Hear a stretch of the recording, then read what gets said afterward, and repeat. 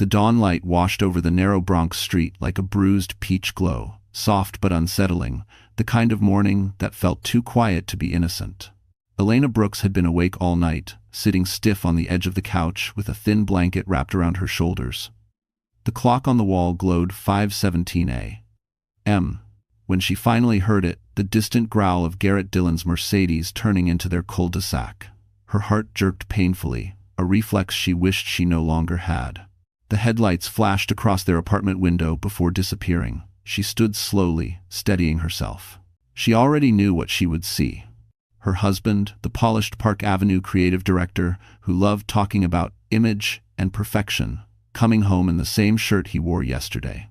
The shirt, she noticed, had lipstick on it before he left for his late client dinner. She knew. God, she knew. But nothing prepared her for the sound of little footsteps pattering across the hallway floor. Noah, her 6-year-old son, in dinosaur print pajamas, climbed onto the couch and peeked through the blinds with sleepy, curious eyes. Elena froze. "Sweetheart, don't," but it was too late. Noah's breath fogged the glass as he whispered, "Why is Daddy with that lady?" Elena's chest collapsed inward. She rushed to close the blinds, but Noah had already seen everything. Garrett stepping out of the Mercedes, hair messy, shirt wrinkled, laughing softly into his iPhone.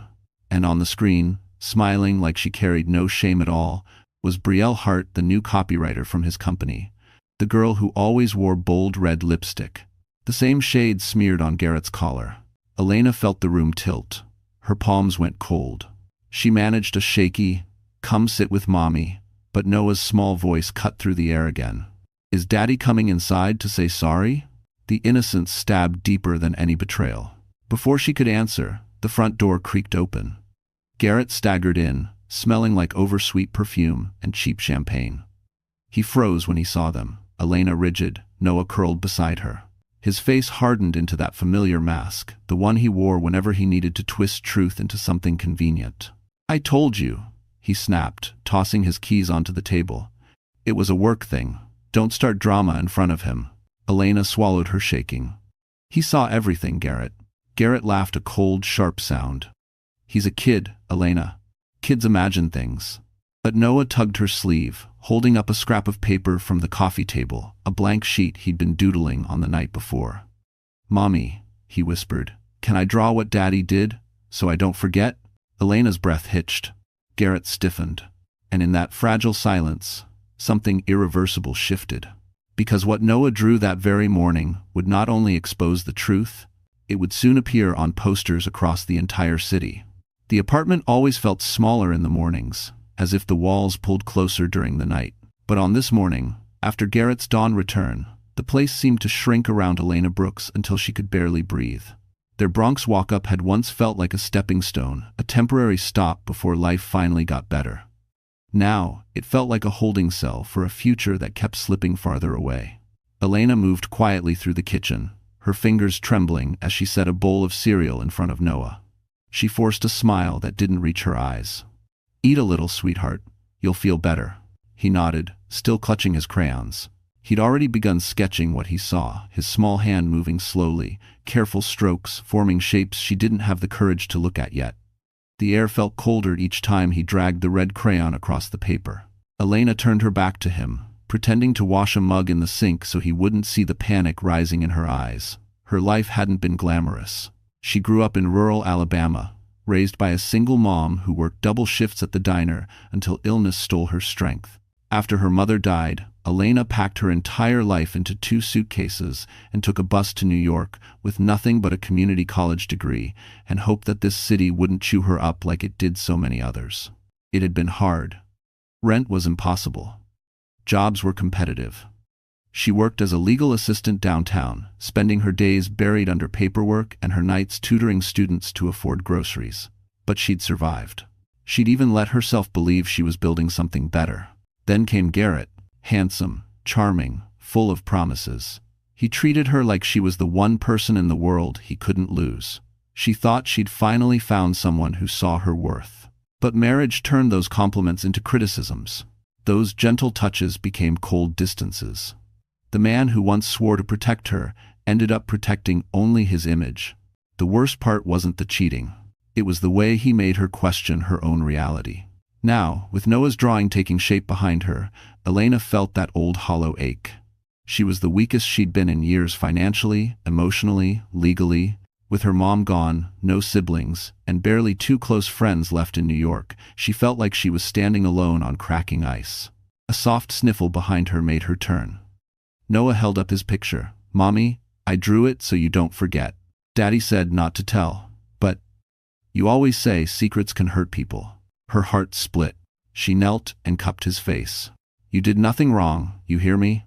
But before she could say more, a loud knock echoed at the door. Sharp, urgent, unexpected. Noah flinched. Elena froze, her breath locking in her chest. No one ever visited this early. And something in that knock felt like the beginning of a storm she wasn't ready for. The knock at the door echoed again, louder this time, bouncing off the cramped walls of the apartment like a warning. Elena wiped her palms on her pajama pants before opening it a sliver. Standing in the hallway was Mrs. Delgado, the elderly landlord who lived on the first floor. Her gray hair was pinned in its usual tight bun, and she held a stack of envelopes in one hand. "Elena," she said gently, her accent wrapping around the name with warmth, "these came for you. Bills. Notices. A new letter stamped in red she didn't want to read." Elena thanked her and shut the door softly, pressing her forehead against the wood for a moment as she tried to steady her breathing. This building, old brick, creaky stairs, leaky pipes, had been the first place she could afford when she arrived in New York. And the only place she could afford now? It wasn't much. A small living room that doubled as a storage space. A narrow kitchen where sunlight rarely reached, and 2 tiny bedrooms with walls so thin she could hear the neighbor's TV every night.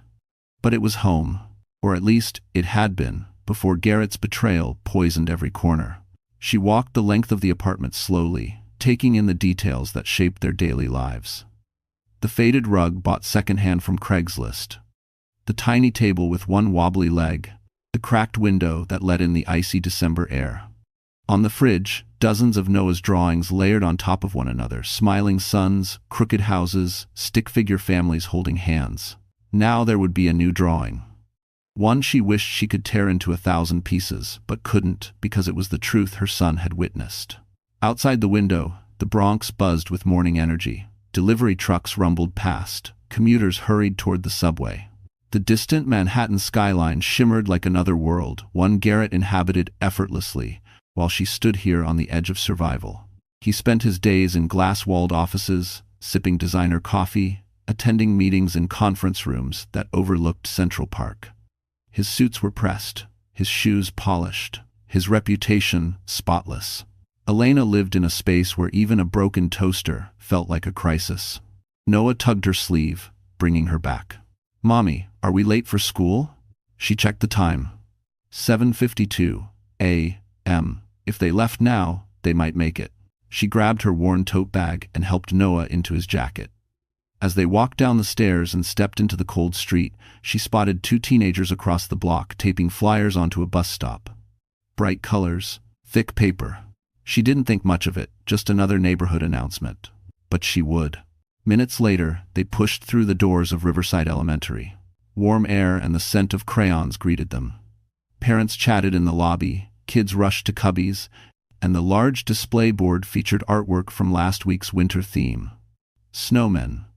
Pine trees, candy canes, and then she saw Noah's art teacher, Miss Daphne Cruz. The woman stood near her classroom, holding a mug of coffee and talking to another teacher. Her friendly face brightened when she spotted Noah.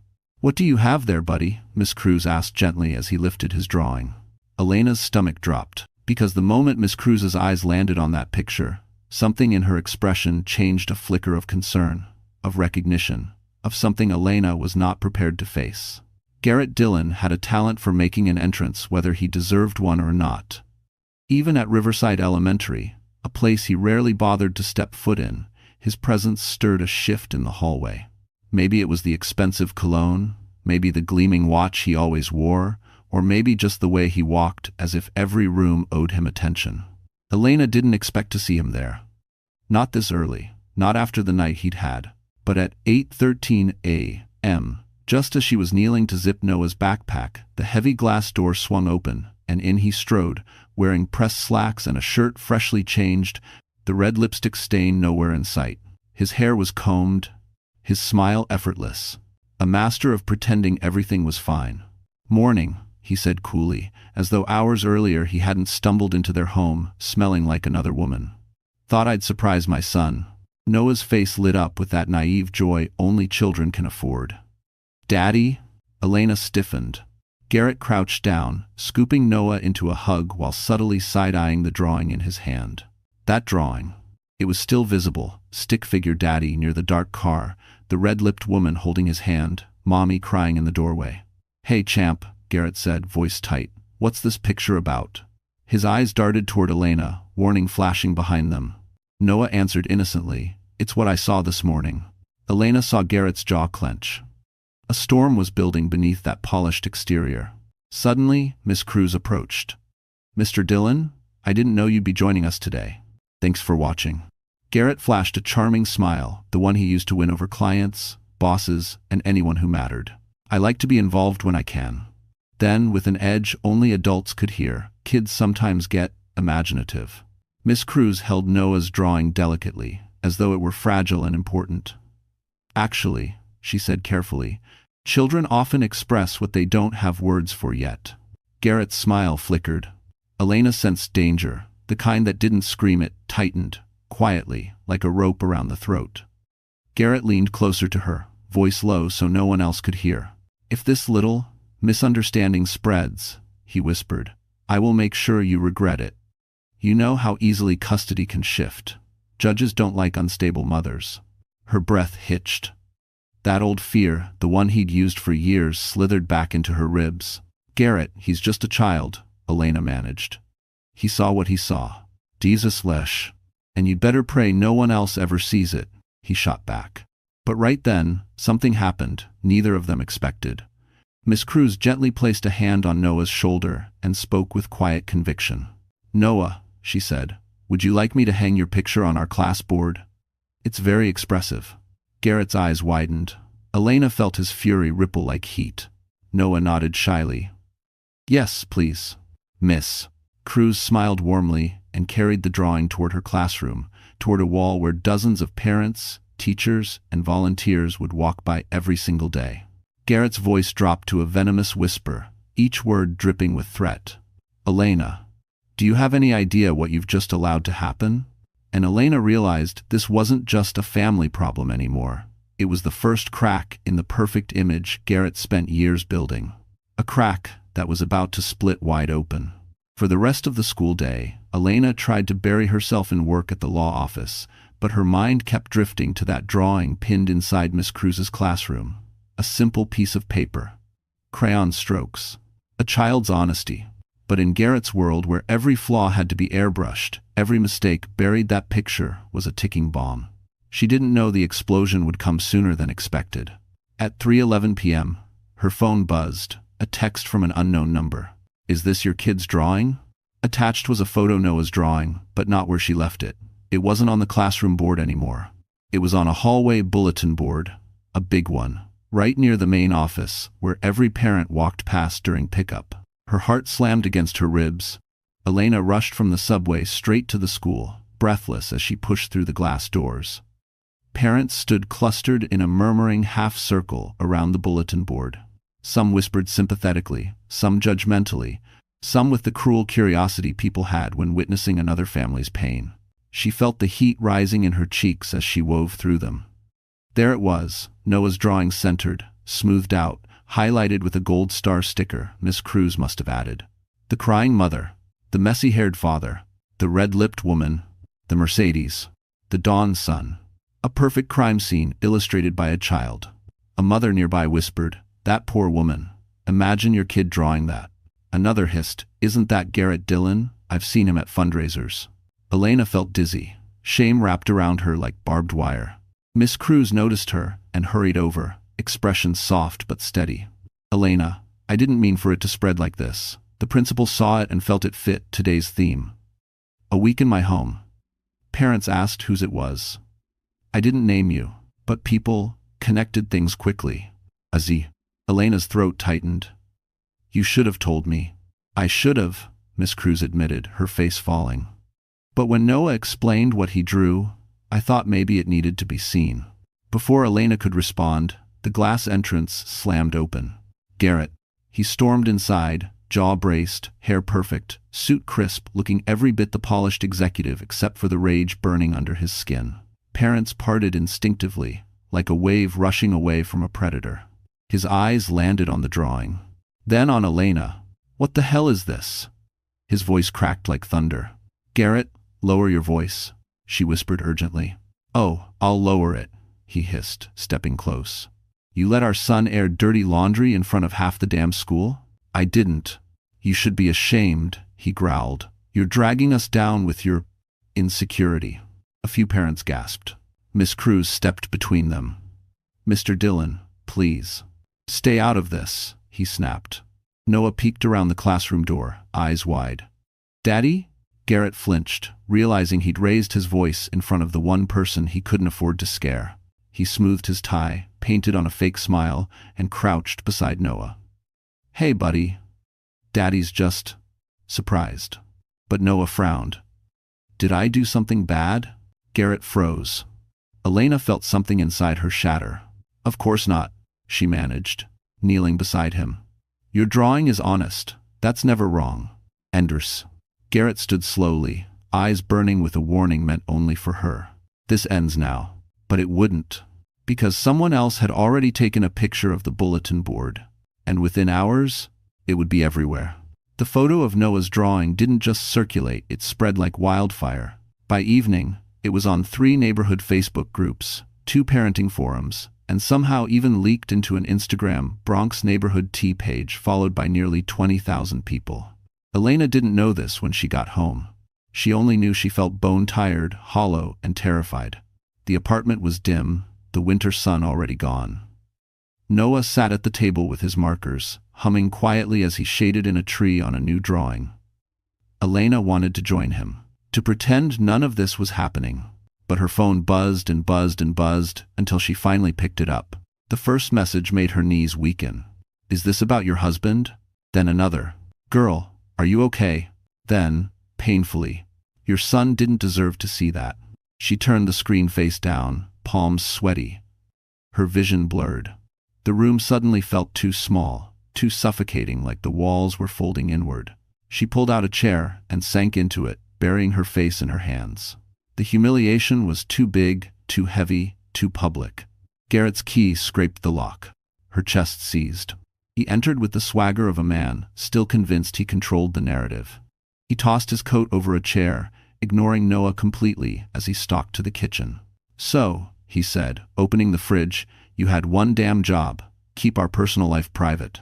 Elena lifted her head, eyes red. I didn't do this, Garrett. Someone took a photo at school. Someone? His laugh was sharp. Or maybe you liked the attention. She recoiled. How can you even? Because everything is always dramatic with you, he snapped. You're emotional, irrational. You're making me look like a monster. You're doing that yourself, she whispered. His face hardened. Keep pushing me, Elena. See where it gets you. Noah looked over, worried. Mommy? Daddy? Are you mad? Garrett forced a smile that didn't touch his eyes. No, buddy. Daddy's just stressed. Then he shot Elena a look that promised war. After dinner, Garrett announced he was going out to handle things. Elena didn't ask what that meant. She already knew he'd be calling anyone who could help bury the story. Maybe even a lawyer. The moment the door closed, the brave front she'd been holding crumbled. She pressed a hand over her mouth, choking back sobs. Not loud ones. The quiet, broken kind that came from the deepest part of a mother's fear. Noah patted over, slipping his tiny hand into hers. Mommy, don't cry, he whispered. I can draw a happy picture. I can fix it. Her heart cracked open.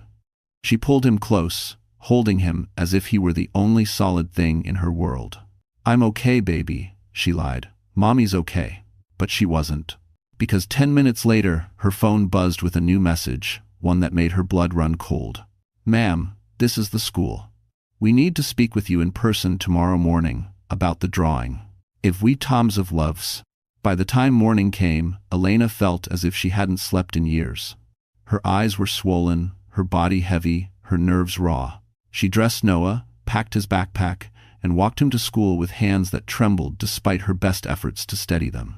Every step toward the building tightened the knot in her chest. Inside the front office, the secretary greeted her with an unreadable expression. "Miss Brooks, Principal Evans will see you now." Her knees nearly buckled. The principal's office was small but orderly, bookshelves lined neatly, certificates framed on beige walls, sunlight filtering through blinds that cut the light into sharp stripes. Principal Evans sat behind his desk, hands folded, face serious. Beside him was Miss Cruz, the art teacher, her expression calm but heavy with concern. "Elena," the principal began, "thank you for coming.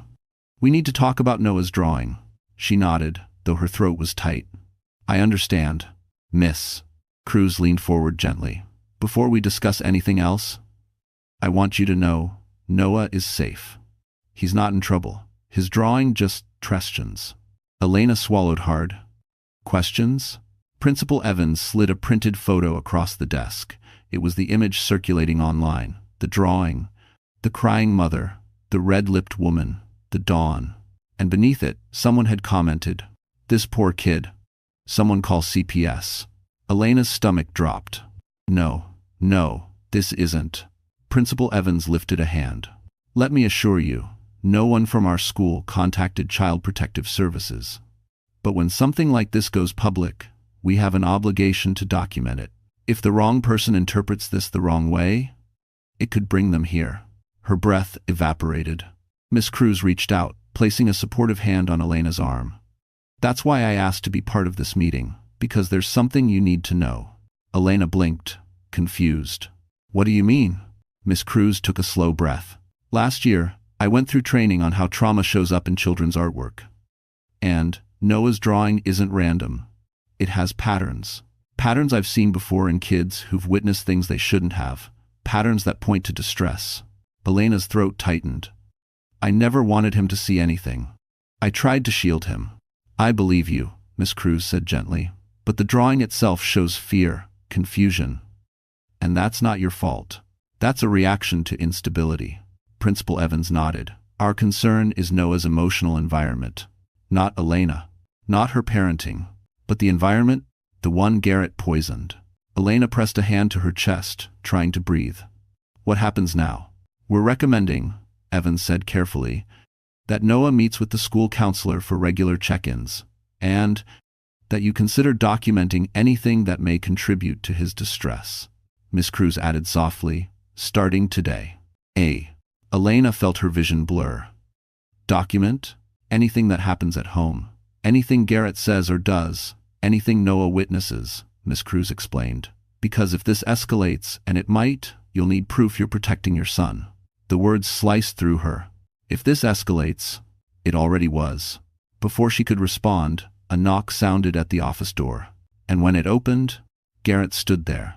A smile too bright, a suit too crisp, a charm too polished. "Good morning," he announced. "I heard there was a meeting about my son." Elena's blood froze. Because he wasn't there to listen. He was there to control the narrative again. And this time, he wasn't alone. Behind him stood a woman Elena recognized immediately. Brielle. Garrett had brought his mistress to their son's school meeting. For a moment, no one in the room moved. The air froze thin, sharp, ready to shatter.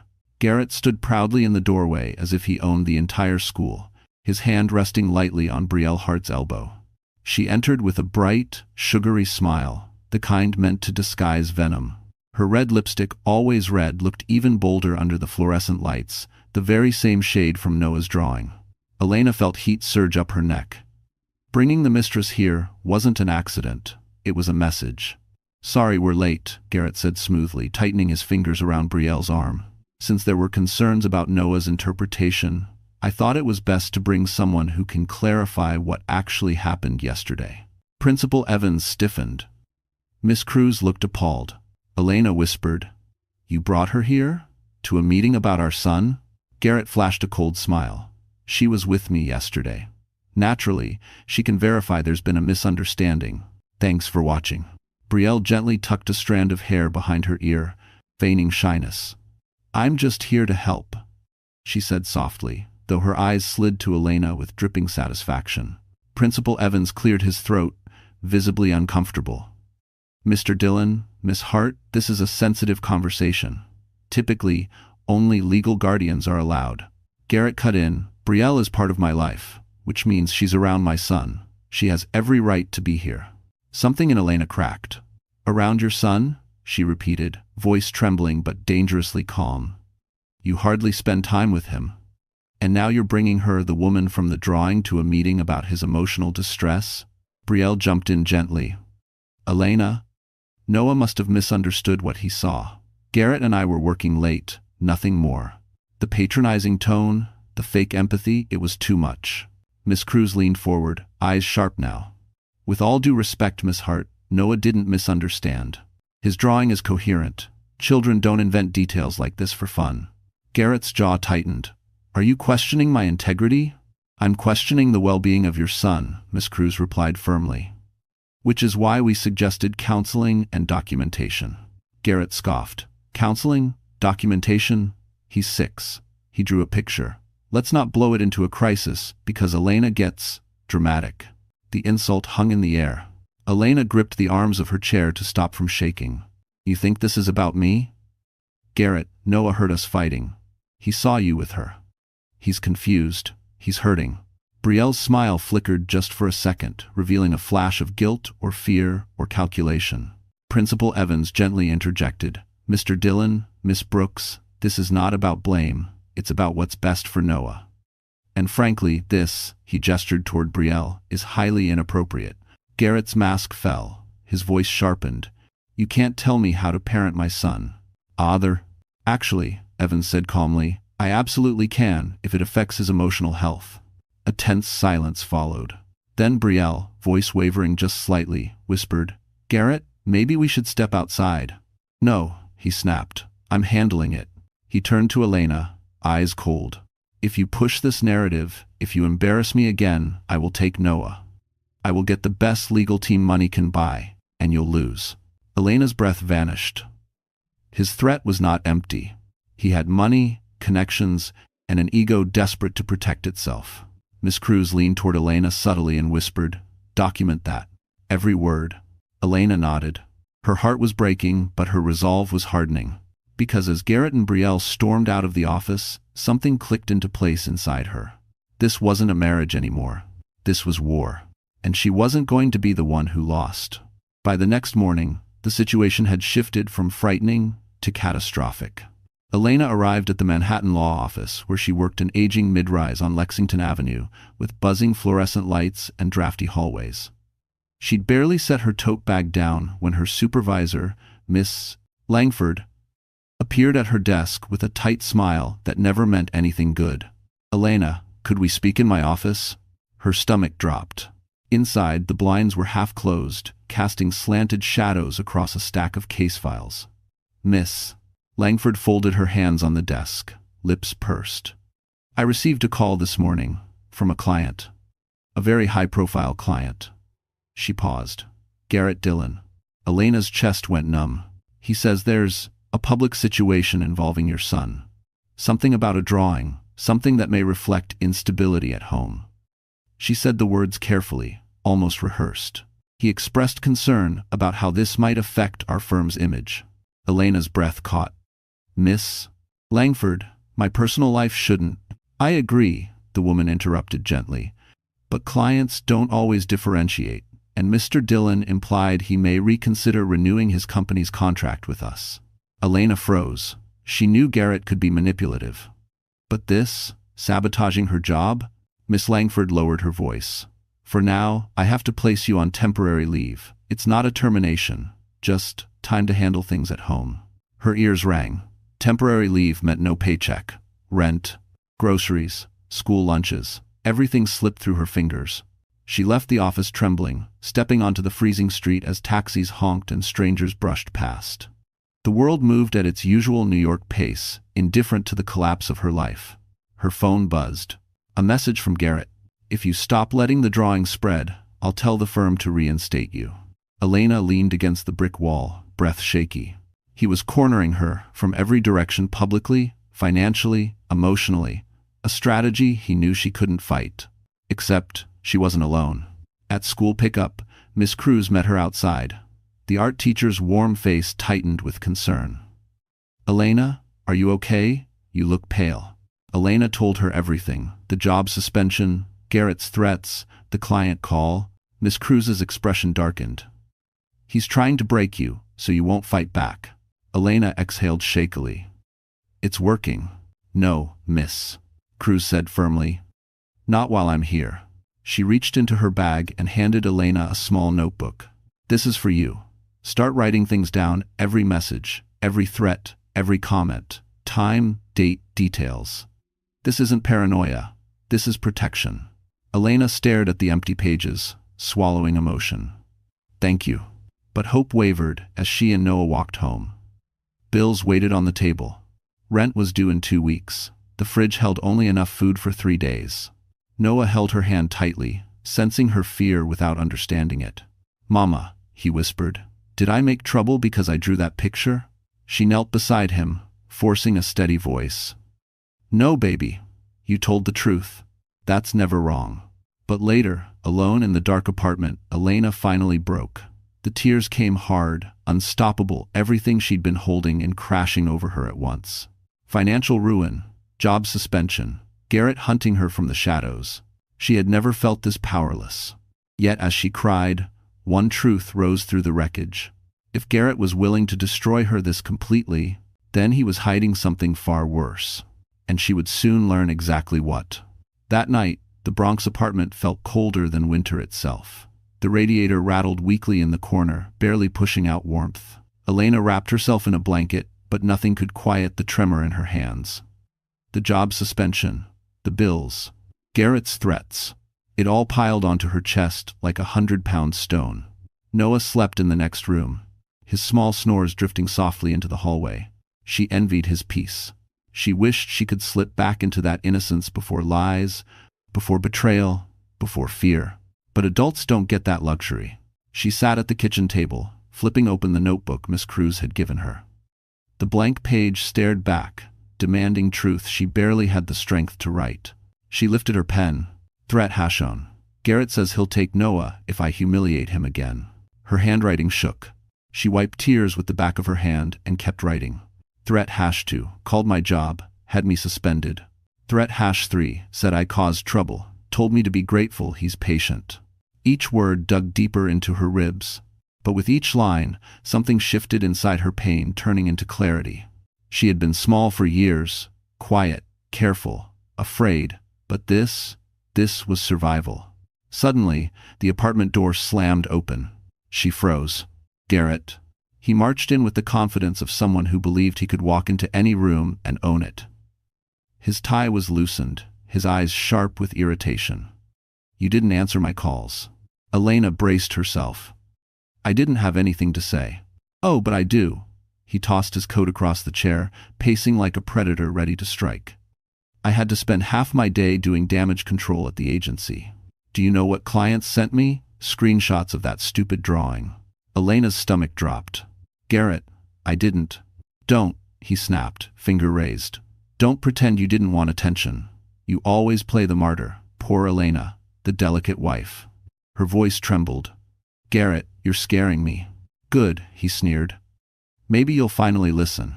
He stepped closer. Too close. She could smell the cologne he wore when he wanted power on his side. Sharp, expensive, choking.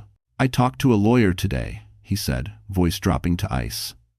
"If this continues, I'll file for emergency custody." Elena felt the floor tilt beneath her feet. You can't. Noah needs me."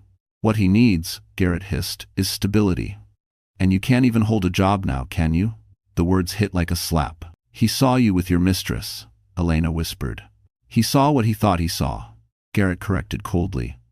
"Kids distort reality." Elena felt her blood boil. "He saw the truth." "If yours," Garrett leaned in, eyes dark. "The truth is, whatever I decide it is." Noah's sleepy voice broke the tension. "Mommy?" Both parents froze.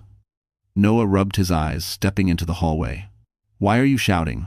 Garrett immediately softened his tone, fake sweetness coating every syllable. Daddy's just tired, buddy. Elena crouched to Noah's level, pulling him close, shielding him with her body. Go back to bed, sweetheart. Mommy's okay. Garrett watched, jaw twitching. When Noah disappeared into his room again, Garrett grabbed his coat. I'm leaving. And Elena? This is your final warning. Fix this, or I'll fix it for you. The door slammed behind him. Silence crawled through the apartment. Elena sank onto the floor, back against the wall. Her breath came in short, painful bursts. She pressed a hand to her mouth to keep from screaming. She had just hit her breaking point, but she didn't realize. Sometimes breaking is the only way to rebuild. And someone unexpected was already watching this unfold. Someone who would change everything. The following morning arrived gray and wet, the sky hanging low over the Bronx like a warning. Elena walked Noah to school with a heavy heart, her mind still replaying Garrett's threats over and over. Every step felt like walking through sinking sand. She kissed Noah goodbye, watching him disappear into the hallway with his backpack bouncing behind him. She turned to leave, eyes down, spirit drained, when someone called out from behind her. Miss Brooks? She froze. A tall man approached, holding a to-go cup of black coffee. Dark coat, rain-speckled shoulders, calm eyes that studied her with quiet intention. She recognized him vaguely, Aiden Mercer, the owner of the local print shop 2 blocks from her apartment.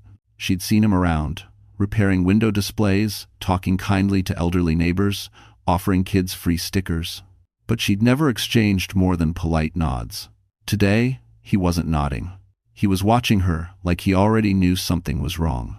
I hope I'm not intruding, Aiden said gently. I noticed you seemed upset yesterday when you picked Noah up. Elena blinked, confused. You noticed? He offered a soft smile. Hard not to. You looked like someone carrying the weight of the whole world. Her throat tightened. She didn't want pity. She didn't want anyone seeing how close she was to breaking. I'm fine, she said quickly, stepping back. Just a rough week. Aiden didn't push. Instead, he handed her the coffee. Take it. I figured you might need something warm today. She hesitated, then accepted. The cup thawed the chill in her hands. Thank you, she murmured. He nodded. Then, carefully, he pulled something from the pocket of his coat. A printed flyer. Noah's drawing. Elena's breath caught. How did you? It was submitted to the community art board, Aiden explained. They sent it to my shop for printing. I didn't know it was your son's until I saw you both yesterday. Her heart hammered painfully. You printed them? He held her gaze. Not just me. A few volunteers posted them around the neighborhood. People connected with it. Elena felt faint. Aiden, I never wanted this to spread. My husband, he's furious. He's threatening custody. He called my job. Everything is falling apart. Aiden's expression shifted, something dark and old passing through his eyes. Not anger toward her, but toward someone else. Elena, he said quietly, I know what Garrett is capable of. She stared at him, stunned. What? Aiden took a slow breath, voice lowering. 7 years ago, I owned a design startup, small but promising. Garrett's agency offered us a contract. I trusted him. He took our ideas, undercut us to a competitor, and when we tried to fight back, he painted us as unstable and unprofessional. Elena's heart stuttered. He did that? Aiden nodded. It ruined us. I lost investors. My partner left. I built the print shop out of what was left of my life. She covered her mouth, trembling. I had no idea. I didn't tell you for sympathy. His voice softened. I'm telling you because Garrett only wins when people are alone, and you're not. Doesn't dest. Elena stared at him, a flicker of fragile hope blooming in her chest for the first time in days. Then Aiden added quietly, and there's more. The poster wasn't supposed to spread the way it did. Someone deliberately boosted it, paid accounts, anonymous shares. Elena's eyes widened. Who would do that? Aiden held her gaze, expression grim. That's what I'm trying to figure out. And in that moment, Elena realized something chilling. Someone wasn't just watching her collapse. Someone was pushing. While Elena struggled through the storm tightening around her, another storm was brewing somewhere far less expected inside Brielle Hart's pristine, overly curated Brooklyn apartment. She sat cross-legged on her sofa, staring at her phone as notifications flooded her screen. Comments, screenshots, reposts of Noah's drawing. Rumors swirling faster than she could swallow them. She tried to sip her iced latte, but her hand shook. This wasn't how things were supposed to go. Garrett had promised her a future, promised her he'd handle everything. But now, the internet was dissecting the red-lipped woman in the drawing, and even though no one had said her name yet, Brielle felt exposed. Seen. And not in the glamorous way she'd always wanted. Her phone rang sharply. "Garrett," she answered quickly. "Garrett, people are starting to." "Calm down," he snapped. "Only idiots jump to conclusions. You're fine." "No, I'm not fine," she hissed. "That drawing is everywhere. My coworkers sent it to me in the group chat. They think it's hilarious. They're connecting dots." Garrett exhaled loudly. "Ignore it." "I can't." Her voice cracked. "Garrett, I'm not built for scandal. I can't lose my job." "You won't," he insisted. "I'll fix this. I always fix things." That sentence hit her wrong, because she suddenly realized he wasn't fixing anything. He was hiding behind her, using her, letting her stand in the fire while he scrambled to protect only himself. "Garrett," she whispered, "you told me you were leaving Elena." "And I will," he said sharply. "But right now, I need you to trust me." Trust. Funny word. Just then, someone pounded angrily on her door. Brielle jumped. "What the?" "Open up," a woman's voice shouted. "I know you're in there, Brielle." Her blood turned to ice. Her neighbor? Her coworker? Someone who recognized her from the drawing? She backed away from the door, shaking. "Garrett, someone is here. Someone's yelling at me." "Relax," he sighed. "People overreact online. It'll pass." But the banging grew louder. "Homewrecker, shame on you." Brielle's breath hitched. Tears filled her eyes. "Garrett, this is your mess. I didn't ask for this." "Oh, don't start," he snapped. "You wanted this relationship. You wanted the attention. Don't act innocent." The words cut deeper than she expected. Her voice trembled. "You're blaming me? After everything I've done for you?"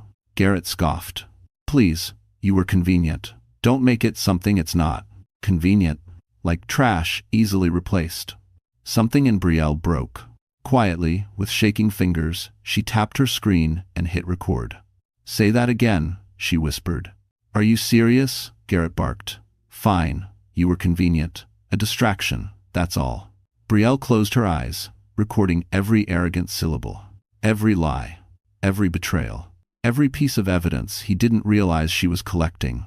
"Garrett," she said softly, "you're going to regret that." Click. She ended the call. Then she stared at her phone. At the recording? At the proof that Garrett wouldn't just ruin Elena. He would ruin anyone who got in his way.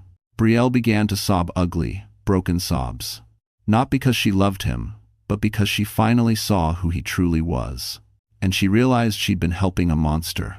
She picked up her purse, shoved the phone inside, and whispered to herself, "I need to find Elena before he destroys her life the way he almost destroyed mine."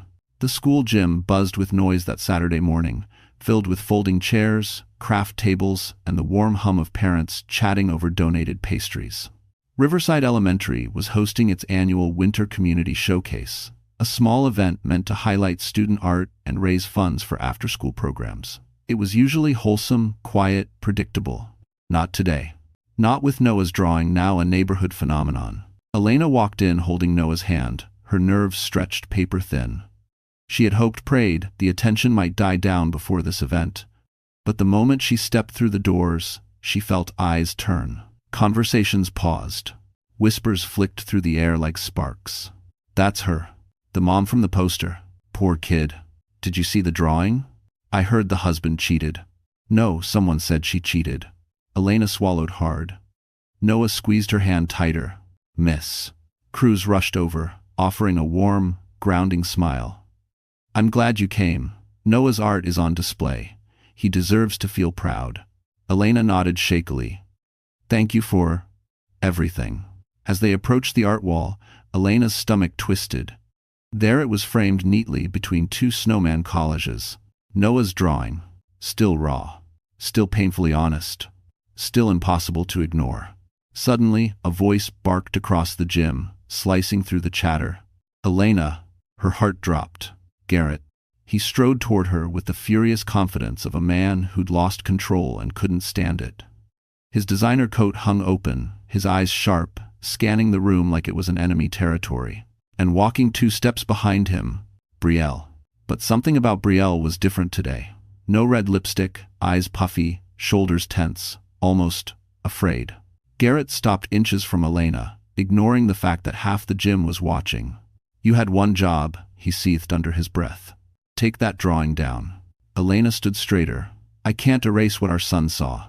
"This is humiliation," Garrett hissed. "Public humiliation. My clients are furious. My partners think I'm a joke." His glare sharpened. "You think you can survive without me? You can't." Before Elena could respond, Principal Evans approached quickly. "Mr. Dillon, please lower your voice. This is a school event." But Garrett wasn't listening. He stepped closer to Elena, voice dripping venom. "You want a war? Fine. I've already spoken with my attorney. Monday morning, I'm filing for emergency custody."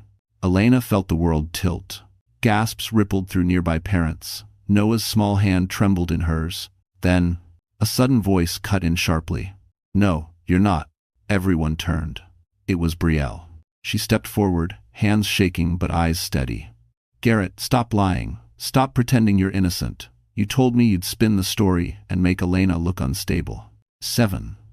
And decision to screen. Game an Joe of and a dawn? The room erupted in startled murmurs. Garrett's face paled. "Brielle, not here." She ignored him, pulling her phone from her purse. "You think you can bully everyone? Manipulate everyone? Well, guess what? I recorded our call yesterday." A collective gasp rippled through the crowd. Garrett lunged forward. "Turn that off." "No," she said, stepping back. "You said I was convenient.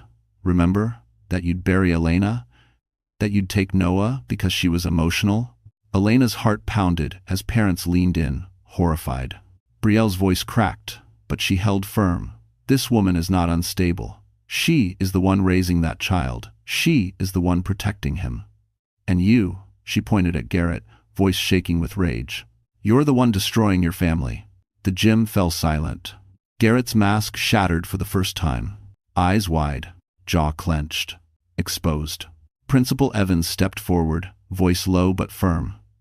"Mr. Dillon, this behavior is unacceptable. I'm filing an official report documenting your threats." Garrett looked around at the parents, the teachers, the children staring at him. And for once, he had no control. Elena exhaled shakily, Noah leaning into her side. But this wasn't the end. Because if Garrett felt cornered now, he was about to become more dangerous than ever. By Sunday morning, the community event confrontation had exploded far beyond Riverside Elementary. What happened in that gym, Brielle's recording, Garrett's attempt to intimidate Elena, the crowd's shocked silence had been captured on at least 7 different phones. Parents posted clips online within minutes. By dawn the next day, the videos had been shared thousands of times. Elena woke to the vibration of her phone on the nightstand. She blinked groggily, reached for it, then froze. Her notifications were overflowing. Instagram tags, TikTok mentions, Facebook messages, even an email from a local reporter. One of the videos had gone viral overnight, 28,000 views, then 50, then 100, all showing the same moment. Brielle stepping forward, voice cracking as she exposed Garrett's threats. "You told me you'd spin the story and make Elena look unstable." Comments flooded the screen. "Good for the mistress, for telling the truth. That poor kid." End quote. "Someone protect that mom." Garrett is exactly the type of guy who hides behind money. Imagine dragging the side chick into a school meeting. "Girl, run." Elena's pulse thumped painfully. This wasn't attention she wanted, but it was truth she desperately needed. In the kitchen, Noah munched cereal, unaware of the wildfire burning online. Elena kissed the top of his head and tried to smile, but her heart felt like it was beating outside her chest. Suddenly, her phone buzzed with a different tone. A call. Garrett. She let it ring. He called again. And again. She didn't pick up. Her voicemail filled. "Elena, call me back. Elena, this is serious. Elena, you're ruining everything. Elena, answer the phone." His panic bled through each message. The man who once strutted with invincibility was now choking on his own, unraveling reputation. At 10:08 a.m., a new voicemail arrived, one that made Elena go still. "Elena, they suspended me. The agency put me on leave. Clients are threatening to walk. This isn't funny anymore." Call me. She exhaled slowly, a mix of relief and lingering fear twisting inside her. Garrett losing his career felt like justice, but she knew him well enough to know he wouldn't crumble quietly. Cornered men lash out. A sudden knock jolted her. She opened the door to find Miss Cruz holding 2 coffees and a look of determined sympathy. "Elena, it's everywhere now, Miss," Cruz said softly. "The video, the comments, even teachers are talking." Elena pressed a hand to her forehead. "This is overwhelming." "I know," Miss Cruz said gently. "But listen, sometimes the truth goes viral because it needs to. People are finally seeing what you've been living with." Before Elena could respond, another figure appeared from the stairwell, Aiden Mercer, raincoat slung over his arm, expression grave. "I came as soon as I saw the video," he said. "Garrett's not going to sit quietly. Men like him don't understand losing." Elena's heart trembled. "What do I do?" Aiden exchanged a look with Miss Cruz before answering. "You prepare," he said. "You gather proof. You stay surrounded by people who believe you, and you let the world see who he really is." Elena swallowed hard. "And what if he still tries to take Noah?" Aiden's voice dropped low. "Then we fight back." 140. She felt something shift in the air, not fear this time, but the beginning of resilience. Yet just as strength flickered inside her, her phone buzzed again, this time with a message that made her knees weaken. "Miss Brooks, this is a representative from Child Protective Services. We received a report concerning your son. We need to schedule a home visit." The room spun. Garrett had made his move. The moment Elena read the message from Child Protective Services, her entire body went numb. She stood motionless in the doorway, while Aiden and Miss Cruz watched the color drain from her face. Her phone slipped in her shaking hand. "No," she whispered. "He didn't. He wouldn't, but he would. And he had." Aiden stepped closer. "Elena, what happened?" Her voice cracked. "CPS. They're coming. Someone filed a report about Noah." Miss Cruz inhaled sharply. "Garrett did this. He's weaponizing the system." Elena gripped the doorframe to steady herself. CPS wasn't a joke. One false interpretation, one wrong assumption, one misplaced detail, and they could question her ability to care for Noah. The thought alone made her knees weaken. "When are they coming?" Aiden asked. "Tomorrow morning," Elena whispered. "They said it was urgent." Miss Cruz touched her arm gently. "You won't face this alone." But Elena's mind was already spiraling. CPS, job suspension, rent due, internet attention, Garrett's rage. Every fear she'd fought for years clawed back to the surface. The apartment suddenly felt too small, too messy, too unprepared. She looked around frantically, the cracked ceiling paint, the small pile of laundry, the stack of overdue bills. Would CPS see struggle or neglect? Would they understand the truth or believe Garrett's lies? Aiden stepped forward, voice strong and grounding. "We're going to get ahead of this. First, you document everything. Threats, messages, the school meeting, the video. Then we make the apartment presentable, organized, and safe-looking." Elena nodded with trembling breath. Okay. That night, the 3 of them worked quietly. Aiden fixed the loose kitchen cabinet door. Miss Cruz helped organize toys into bins. Elena scrubbed until her hands hurt. But no matter how clean the apartment became, the dread didn't leave. At 8:43 p.m., her phone buzzed again. A text from Garrett. "I warned you. Tomorrow will decide everything." Her throat tightened. She wanted to scream, but Noah peeked from his bedroom doorway, rubbing his eyes. "Mommy, why are you cleaning so much?" Elena knelt, brushing his hair back gently. "We're just getting ready for visitors, baby. Everything's okay." "Is Daddy coming?" he asked softly. She swallowed the ache. "No, not tonight." When he returned to bed, Miss Cruz whispered, "He's scared too. He feels all of this." Elena nodded, tears slipping down her cheeks. "I'm failing him." "Tivoting. You're protecting him," Aiden corrected. "And tomorrow, I'll be here when CPS arrives. You won't open that door alone." Her chest tightened. "You don't have to." "I want to," he said simply. For the first time in days, warmth flickered in her chest, small but real. Morning arrived faster than she expected. The moment the knock came, Elena's heart nearly burst through her ribs. She opened the door to a calm-looking woman with a clipboard. "Good morning. I'm Mrs. Aldridge with CPS. We received a report of potential emotional distress involving your son. Elena forced a breath. Please, come in.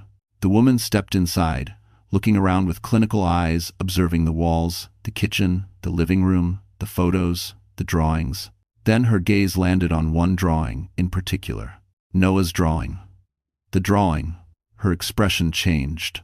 Miss Brooks, she said slowly, I need you to tell me everything about the morning your son made this picture. Elena's heart pounded. This was the moment Garrett had designed to destroy her. But then, a new voice spoke from behind her. I can tell you what I saw too. Elena turned. Noah stood in the hallway, small and brave. For a moment, the apartment fell into a stunned silence. Noah stood barefoot in the hallway, hair tousled, clutching his stuffed dinosaur, small, innocent, and yet unimaginably brave. CPS worker, Mrs. Aldridge turned toward him gently. Noah, she said softly, you don't have to say anything you don't want to. I just want to understand how you're feeling. That's all. Noah stepped closer, looking first at Elena, then at Aiden, who gave him a reassuring nod. Finally, Noah looked at Mrs. Aldridge. I drew that picture because Daddy came home when it was still dark, he said quietly, and he was on his phone with a lady. She had red lips. Mommy was crying. I heard them fighting. Thanks for watching. Every word was a little dagger truth spoken with a clarity only a child can carry. Mrs. Aldridge crouched down to his level. And how did that make you feel, sweetheart? Noah's voice trembled. Scared. I wanted Daddy to stop yelling. I wanted Mommy to stop crying. I didn't know what to do, so I drew it. Elena's eyes burned. She pressed a hand to her mouth to keep from breaking apart. Aiden placed a steadying hand on her back. Mrs. Aldridge nodded gently. You're very brave for sharing that. Thank you, Noah. He nodded shyly and returned to his room, closing the door softly. Mrs. Aldridge stood slowly, turning back to Elena. Her expression was no longer suspicious. It was compassionate, pained, but focused. Miss Brooks, she said, I want to be honest with you. False reports used as retaliation happen more than you'd think. And this, she gestured to the notebook Elena had prepared, the printed screenshots of Garrett's messages, the video link from the community event, is deeply concerning. Not for you. For him. Elena blinked. So, I'm not losing Noah? Mrs. Aldridge's expression softened. From what I've seen so far, you're doing everything you can to keep him safe. That's what matters. She paused, voice lowering. The real concern here is emotional manipulation, intimidation, and potential coercive control from your husband. Aiden exhaled a deep, relieved sound. Elena's knees almost gave out from sheer release. Thank you, she whispered. Mrs. Aldridge closed her clipboard. I will need to speak with Noah privately later in the week, but as of now, there is no indication that removal or custody change is necessary. She paused. What you do need is documentation and legal protection. Those words settled into Elena's ribs, heavy but empowering. After Mrs. Aldridge left, Elena collapsed onto the couch. Tears streamed silently down her cheeks. She wasn't okay. But for the first time in years, she wasn't hopeless, either. Aiden sat beside her close but not imposing. You fought for your son today, he said softly. That matters more than anything Garrett could ever threaten. Elena wiped her eyes. I'm so tired, Aiden. I know. His voice was gentle. But tired doesn't mean weak. You're stronger than you think. She looked at him, really looked at him. At the way he stayed, supported, steadied her when everything else was falling apart. A warmth flickered in her chest, surprising her. I don't think I can keep doing this alone, she whispered. Aiden shook his head gently. You're not alone. Not anymore. Something shifted inside her, small, fragile, but real. Strength. Choice. A new beginning forming inside the cracks. Then her phone buzzed on the table. A notification from an unknown number. She opened it with trembling fingers. Miss Brooks, this is Judge Nora Gray's office. You have been assigned a preliminary hearing date for your husband's custody motion. Elena's breath caught. Judge Gray. A name she recognized. A name she never expected to see again. A name connected to her mother's past. This wasn't coincidence. This was fate coming full circle. Elena had expected the courthouse to feel cold and intimidating, but nothing prepared her for the sharp echo of her footsteps down the marble hallway. the weight of the upcoming hearing pressing into her spine.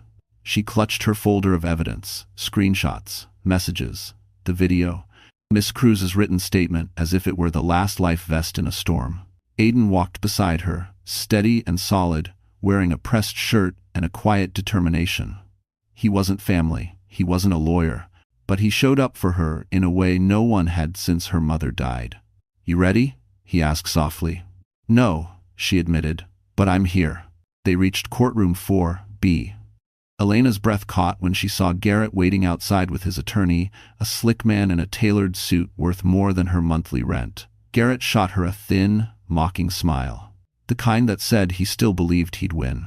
But the moment Judge Nora Gray entered the courtroom, the air shifted.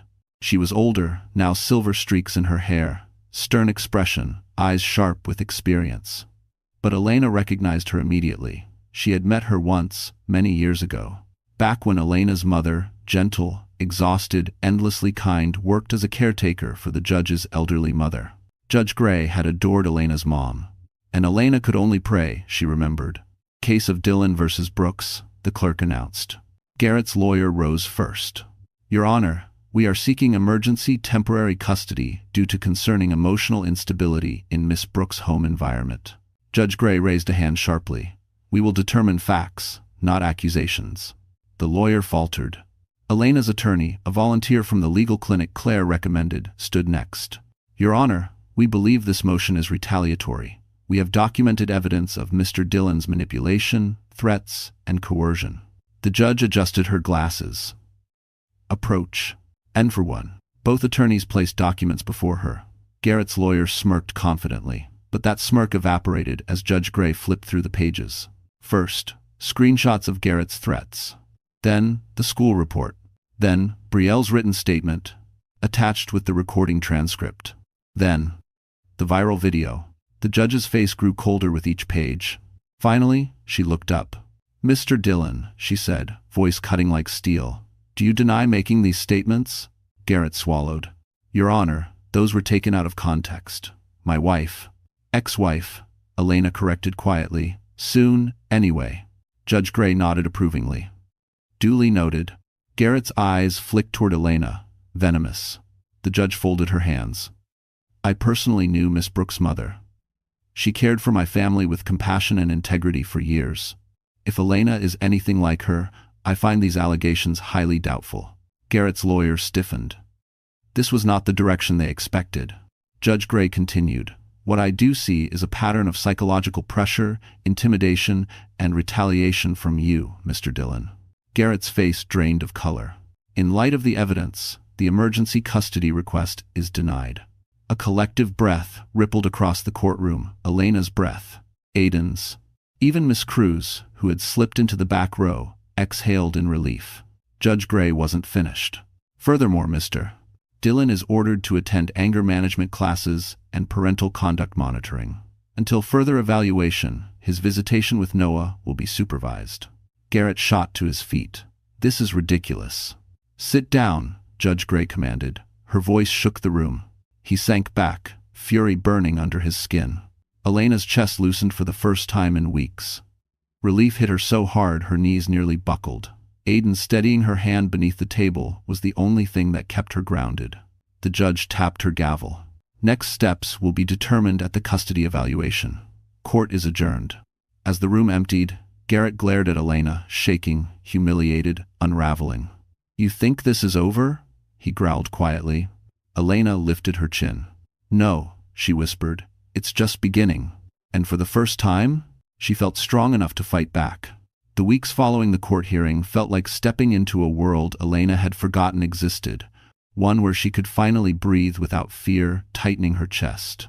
For the first time in months, her mornings weren't laced with dread. She woke early, brewed cheap but comforting coffee, and watched Noah eat breakfast without that haunted look in his eyes. Healing didn't arrive with fireworks. It came quietly, in small moments. On soft feet, Aiden kept his promise. He checked in daily, sometimes dropping off groceries, sometimes helping fix things around the apartment, sometimes just sitting with her at the kitchen table while Noah colored beside them. He didn't try to fill the silence. He simply existed beside her, steady and patient. One evening, he brought art supplies for Noah, bright markers, thick paper, little watercolor palettes. Thought he could use something happier to draw with, he said, placing the bag gently on the table. Noah's face lit up like sunrise. Thank you, Mr. Aiden. Call me Aiden, he replied with a warm smile. Noah spent the next hour painting a picture of himself and Elena, sitting on a bench under a tree, holding hands. No crying figures, no dark cars, no dawn skies hiding secrets. Just peace. When he proudly taped it to the fridge, Elena felt her throat tighten with gratitude. This quiet, safe, whole, was a life she'd never thought she'd get back. Meanwhile, Elena visited the legal clinic regularly, preparing for the full custody hearing to come. But Judge Gray's initial ruling had shifted the tide. Garrett's supervised visits meant he couldn't manipulate Noah. And each time he tried to twist the narrative online, people shut him down, posting the video, the statements, the truth. His reputation was shredded beyond repair. One night, Elena sat on the couch, wrapped in a blanket, flipping through her mother's old notebook, a journal she'd carried when they first moved north. Inside were recipes, scribbled prayers, grocery lists, and encouraging quotes she'd copied from library books. On the final page, in her mother's soft handwriting, was a note Elena had forgotten existed. When life breaks you open, let the light in. Don't hide, grow. Tears blurred her vision. She closed the notebook gently, feeling her mother's strength settle around her like a warm embrace. Days later, a letter arrived in the mail, thick, official-looking. She opened it cautiously. A check. A letter. An explanation. It was from Henry Collings, her mother's former employer, a retired attorney who had adored her mother. Before he passed away, he had arranged a small trust for Elena for when she needs it most. The amount wasn't enormous, but enough to change their lives. Enough to pay off her debts. Enough to secure a safer apartment. Enough to breathe without counting pennies. When she told Aiden, his face softened with genuine joy. You deserve this, he said simply. Life owes you something good. Elena felt something warm unfurl in her chest, something she hadn't allowed herself to feel in years. Hope. That night, after Noah fell asleep, she stood by the window, watching snow fall in slow, gentle flakes. Aiden joined her quietly, hands in his coat pockets. They didn't speak for a moment. Then, softly, he said, You're building something new, Elena. Something good, something safe, and I'd like to be part of it. If you'll let me. Her breath caught. She didn't answer immediately, but she turned toward him, eyes soft, heart open just a little. And that was enough. But far away, in a cold, dim apartment on the other side of the city, Garrett watched the same falling snow with a very different expression. Because everything he'd once controlled was now slipping away. And his anger was about to unleash a storm. Garrett Dillon had always believed he was untouchable. But in the weeks after the court hearing, life proved him wrong with a precision that felt almost poetic. One by one, every pillar he leaned on began to collapse slowly at first. Then, in an avalanche he couldn't outrun. It started with his job. The agency summoned him for a final review meeting. Garrett walked in, wearing his best suit, hair slicked back, rehearsing excuses in his head. He expected a lecture, maybe a warning. Instead, he found 3 senior partners sitting stiffly at the conference table, eyes cold and distant. Garrett, the managing director, began. Your public behavior has jeopardized several client relationships. The video circulating online has created reputational damage we can't recover from. Garrett forced a strained smile. We can spin it. Rebrand the narrative. Enough. The director slid a folder across the table. Effective immediately, your contract is terminated. The words hit him like a slap. You're firing me? He sputtered. Over a stupid drawing? No, she corrected coolly. Over your own actions. Security escorted him out. His box of desk belongings felt heavier than iron. Outside, the Manhattan air cut cold across his face. And that was only the beginning. 2 days later, Garrett learned his credit card was frozen, maxed out from legal fees and expensive hotel charges. His Mercedes was repossessed in front of his building, on a busy afternoon, with half the block watching. Then came the IRS notice. Apparently, during his affair-filled chaos, he ignored 3 tax warnings. Now, he owed thousands. When he called his accountant, the man said flatly, "This is what happens when you believe consequences don't apply to you." But the worst blow arrived on a Thursday evening, tucked into a simple, white envelope. A letter from Aiden Mercer's attorney. Garrett scoffed at first, tearing it open arrogantly. But as he read, the blood drained from his face. Aiden had reopened the case from 7 years ago, the stolen design, the breached contract, the damage Garrett inflicted on his startup. With new witnesses, new documentation, new leverage gained from Garrett's current implosion. Garrett threw the letter across the room and punched the wall so hard his knuckles split. "That nobody," he growled. "That nobody is going after me now?" But it wasn't just Aiden. It was karma, and it had a schedule to keep. Later that night, too angry to think, Garrett stormed into his kitchen and poured himself cheap whiskey, the only kind he could still afford. He stared at his reflection in the microwave door, unshaven, hollow-eyed, exhausted. "This is all her fault," he muttered. "Elena. That ungrateful." His phone buzzed, interrupting his spiral. A notification. A video. Someone had recorded him earlier that day screaming at a tow truck driver during the car repossession. The caption read, "Garrett Dillon, the man who lost everything but still blames everyone else." Thousands of shares. Hundreds of comments. His downfall was entertainment now. Garrett's face flushed crimson. He hurled the phone across the room. It shattered against the counter, screen splintering like the last piece of his pride. Breathing heavily, he pressed both hands to his face. "How," he whispered, voice cracking, "did my life become this?" But deep down, he knew exactly how. And exactly why. Because when you break the people who love you, when you lie, manipulate, betray, eventually, the truth catches up. And for Garrett, the truth was finally here, loud, public, and merciless. Yet even as he crumbled, one thought festered darkly inside him. If I'm going down, I'm not going alone. The custody evaluation came on a crisp spring morning, the kind where the air felt clean, like the world itself was trying to start over.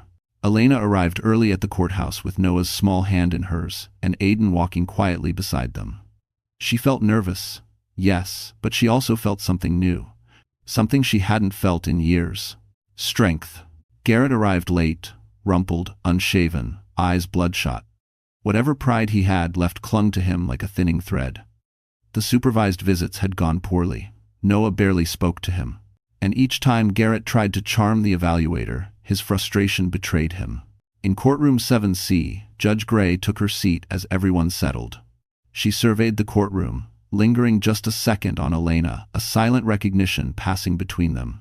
After reviewing all reports, witness statements, and the psychological evaluations, Judge Gray announced, "I am ready to rule on custody." Garrett straightened, gripping the table's edge with white knuckles.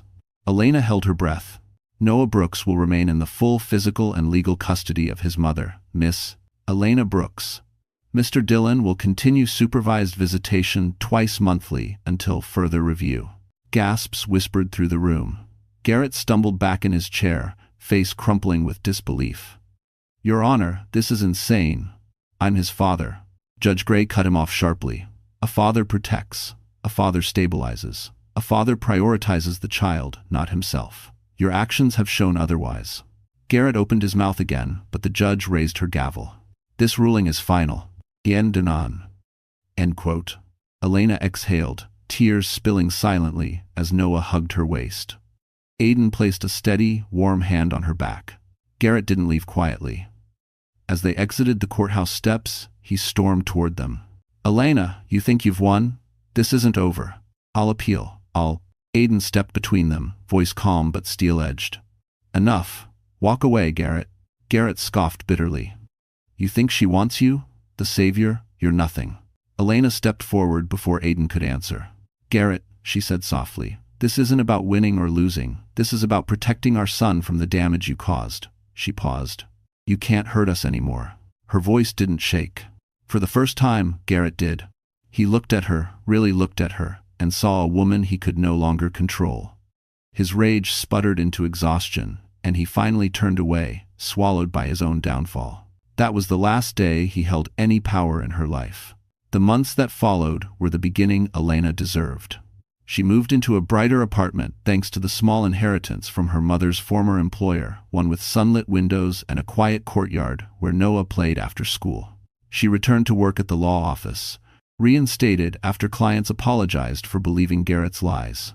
She joined a free art therapy group for parents and children. Noah thrived, drawing new worlds filled with color and kindness. And Aiden? He remained steady, gentle, patient, until one late summer evening, at Noah's small art showcase at the community center, he took Elena's hands. "You rebuilt your life from ashes," he said softly, "and I'd be honored to help build whatever comes next, if you want me." Elena's heart warmed. "Aiden, yes, I want that.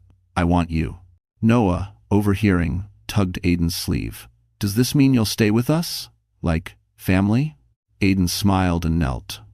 "If your mom says yes, and if you want me to, if you want 'em." Noah nodded enthusiastically. And for the first time in a long, long time, Elena felt whole. Months later, under soft string lights and surrounded by the people who helped save her, Aiden proposed. Elena said yes, through tears and laughter. From a distance, Miss Cruz clapped happily. Judge Gray sent flowers. Even Brielle mailed a simple, handwritten card. "I'm glad you got the life he tried to steal." Elena framed it. Because her story wasn't about the betrayal anymore. It was about the comeback, the healing, the justice delivered, the love reborn, the home rebuilt. And as she tucked Noah into bed that night, he pointed at a framed new drawing beside the lamp. Him, Elena, and Aiden holding hands under a bright, unwavering sun. "No more sad pictures," he whispered. Elena smiled softly. "No, sweetheart," she said, "only new beginnings." And just like that, our story comes to an end. But hey, my wonderful friends, you're still here with me, right? If you're listening at this moment, it means something in Elena's journey touched your heart in a quiet, personal way. Maybe her pain reminded you of something you survived. Maybe her courage made you feel a little braver. Or maybe you just needed to hear that healing is possible even after the darkest nights. The Stoics used to say, "What stands in the way becomes the way." And isn't that exactly what happened here?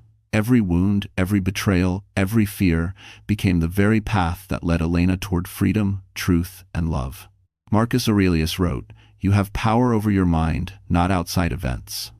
And Elena's comeback proves that once you choose yourself, life begins to unlock doors you never imagined. So if life is heavy for you right now, take this story as a reminder. You are stronger than the storm trying to break you. You deserve peace. You deserve safety. You deserve love that doesn't make you shrink. And if this story stayed with you, do me a small favor. Like this video, share it with someone who needs it, and subscribe so you don't miss the next journey. We're in this together, you and I.